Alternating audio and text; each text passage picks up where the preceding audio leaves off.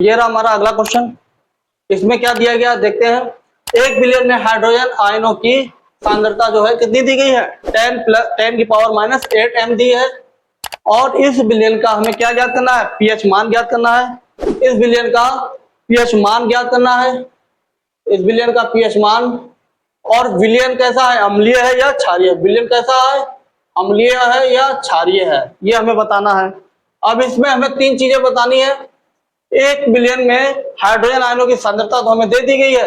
अब इसमें हमें पीएच मान ज्ञात करना है और विलियन अम्लीय है या क्षारीय है, इसकी प्रकृति बतानी है। ठीक है, तो हम क्या करेंगे, इसके लिए हमें एक फॉर्मूला यूज करना पड़ेगा जो कि लिख लेंगे, सॉल्व डालेंगे।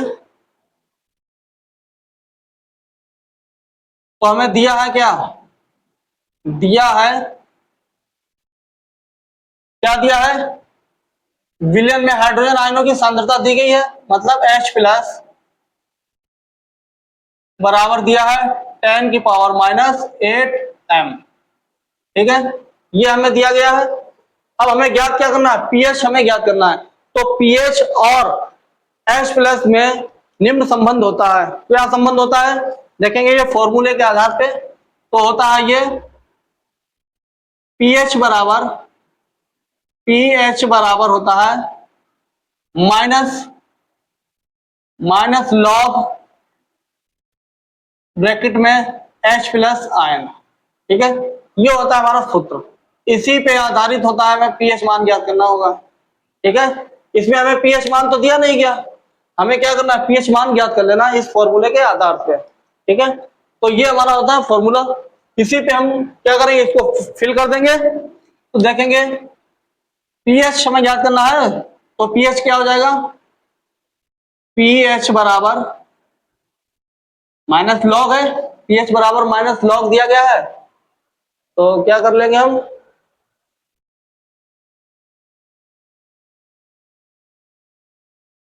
ठीक है, माइनस लॉग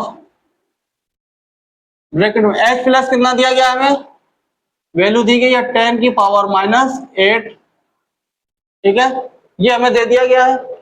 अब हमें क्या करना है अगली स्टेप में, ये 8 जो है, ये जो 8 होता है ये उठ के कहां आ जाएगा, ये लॉग के आगे लग जाएगा। ठीक है, ये क्यों लग जाएगा अभी इसका भी बताऊंगा क्यों लगता है ये। तो -10 -8 और माइनस लॉग क्या हो जाएगा, प्लस का हो जाएगा। तो पीएच इक्वल टू क्या हो जाएगा, 8 log 10, ये बन जाएगा हमारा 8 log कौन, ब्रैकेट खुल गया, 10 की मल्टीप्लाई log के साथ में ऐसे हो जाएगी। तो क्या हो जाएगा, तो ये देख लेंगे क्यों हुआ, ये किस प्रकार हुआ। तो लिख लेंगे चूंकि log m की पावर n इक्वल टू क्या हो जाएगा, log m की पावर n इक्वल टू क्या हो जाएगा, n log m। ठीक है, यही यहां पर यूज किया गया। ठीक है, ये देख लीजिए, यही यहां पर लगाया गया। log 10 था, 10 की पावर 8 थी, तो यहां पर क्या किया, m को मान लिया गया 10 और n को मान लिया 8। ठीक है, तो यहां पर क्या n उठ के कहां आ गया, आगे आ गया, log के आगे लग गया और m कहां पर, log के साथ में रहा। ठीक है, तो ये क्या हो गया, ये नियम इस तरह से इसके अकॉर्डिंग लागू हुआ यहां पर। ठीक है, तो अब क्या होगा, हमें देखना है और इसके साथ ही और देख लेंगे, चूंकि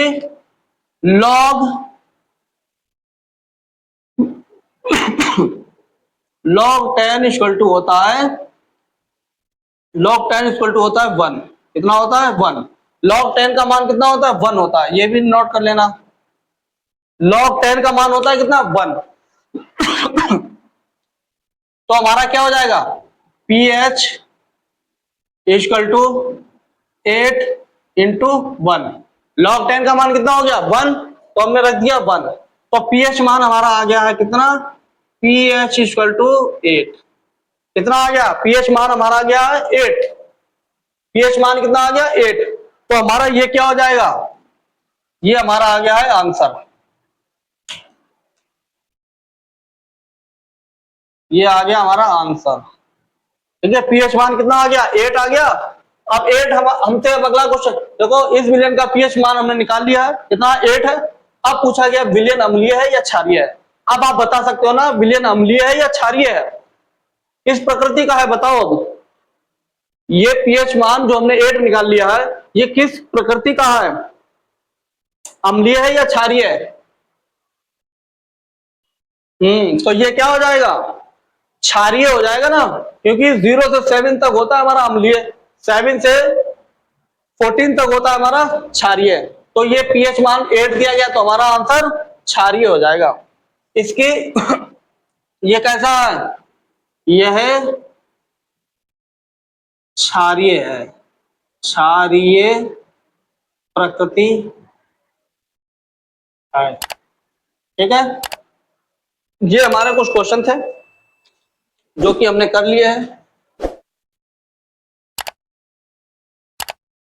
ये एग्जाम में बार बार पूछे जाते हैं और ये इस तरह के न्यूमेरिकल भी पूछे जाते हैं, जो कि आशा है कि आपको समझ में आ गया होगा।